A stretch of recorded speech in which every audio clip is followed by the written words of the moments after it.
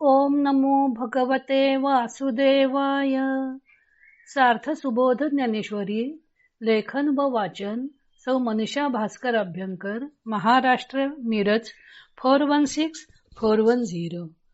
अध्याय 12वा. भक्तियोग. भगवंतांचं उत्तर. अव्यक्तोपासकांबाबतचं मत. भाग 8. ओव्या आहेत 51 ते 54. ज्ञानदेव अव्यक्तोपासकांच्या अव्यक्तोपासनेचे वर्णन करत आहेत. वज्राग्नी प्रदीप्त करून धातुदोष नाहीसे करून नाडी संस्था शुद्ध केल्यावर योगी पुढील मार्ग कसा आखतो ते सांगताना ज्ञानदेव म्हणतात, मग कुंडलिनी येचा टेंभा आधारी केला उभा तया चौजवले प्रभा निमथावरी.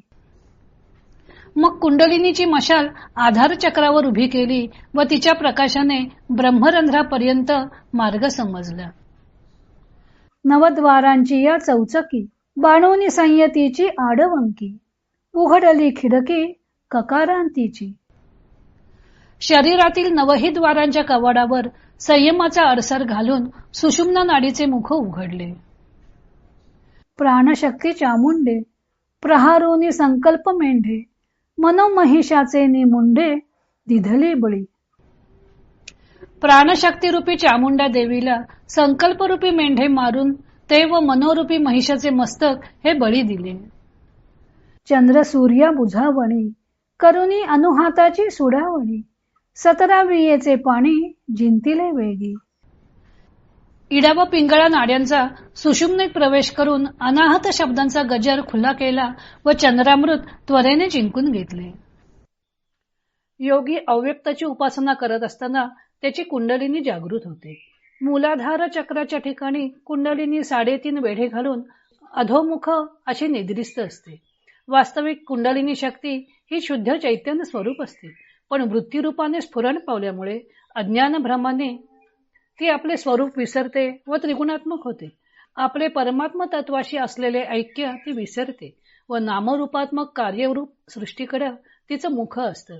त्यामुळे जीव आपले निराळे अस्तित्व मानतो व सृष्टीरूप कार्याशी ऐक्य करतो. सहस्रारात शिवाशी एकरूप असणारी शक्ती म्हणजेच कुंडलिनी अधोगतिक होऊन मूलाधार चक्रापर्यंत सृजन कार्यार्थ निम्न स्तरावर येते. तिचा अधःसंचार वेगाने होत असतो. अधोमुखी असलेली ती कुंडलिनी जागृत होते. ती जागृत झाल्यावर ऊर्ध्वमुख होते.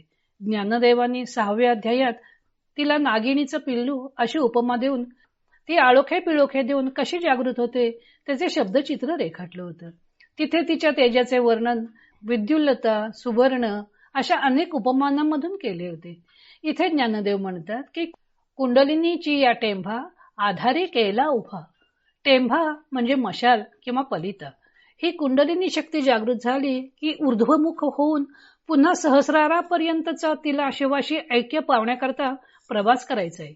हा टेंभा उभा राहिल्यावर निमथ्यापर्यंतचा म्हणजेच सहस्रारापर्यंतचा मार्ग प्रकाशित होतो. परंतु खाली येताना जसा तिचा वेग असतो तसा वेग ऊर्ध्व मार्गाने जाताना नसतो, मंद मंद असतो. कधी कधी ऊर्ध्वमुख झालेली कुंडलिनी हृदयस्थानी असलेल्या अनाहत चक्रापर्यंत येऊन सुद्धा पुन्हा खाली येऊ शकते. त्यामुळे साधकाला कठोर प्रयत्न करावे लागतात.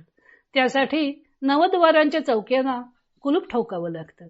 2 डोळे, 2 कान, 2 नाकपुड्या, मुख, गुद व शिस्न ही 9 द्वारे जीवाला विषयाभिमुख करत असतात. 10वे द्वार आहे ते ब्रह्मरंध्र. ज्ञानदेव सांगतात की पहिल्या 9 द्वारांना कुलूप लावावं लागतं. देहाचा कारभार व्यवस्थित चालावा म्हणून इंद्रियांना कार्यरत ठेवण्यास 10 नाड्या आहेत. त्यामुळे ज्ञानेंद्रिये बाह्य जगाशी संपर्क साधू शकतात.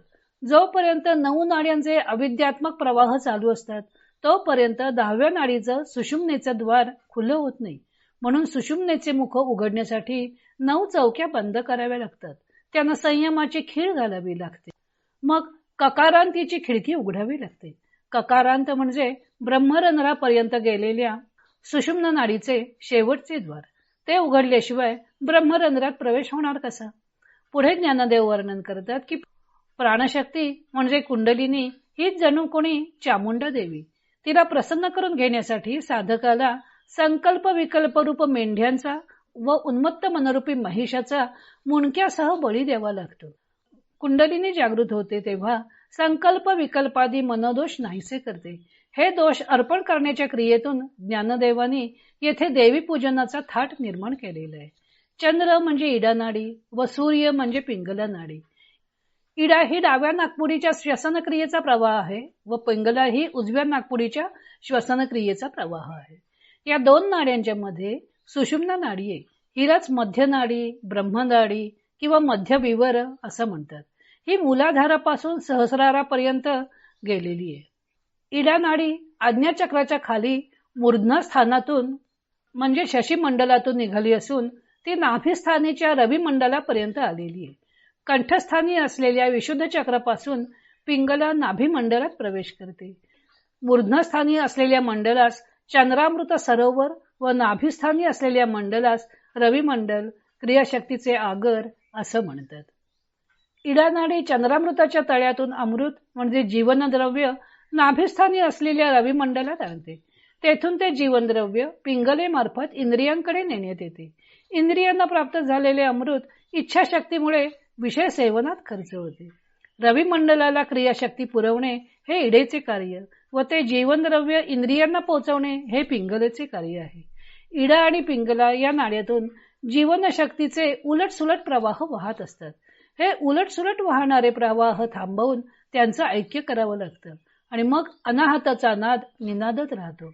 कुंडलिनी मूलाधार चक्रापासून सहस्रारात शिवाला भेटायला निघालेली आहे. अनाहत चक्रापर्यंत आली असली तरी तिचा पुन्हा अधोगतीने प्रवास होऊ शकतो, पण अनाहत चक्र ओलांडून पुढे विशुद्ध चक्रापर्यंत आल्यावर मात्र तिचा प्रवास फक्त ऊर्ध्व गतीनं चालू राहतो. देहातील कामक्रोधादी विकार तिचा मार्ग मोकळा करतात. त्यामुळे फक्त जयतच असते. विजयाचे निशाण फडकलेले असते, कारण साधक आता 17वीची कला जिंकून घेतो. पुढे योगी ब्रह्मैक्य कसे पावतो त्याचे वर्णन ज्ञानदेवानी केलेले आहे. तो भाग आपण उद्या पाहू.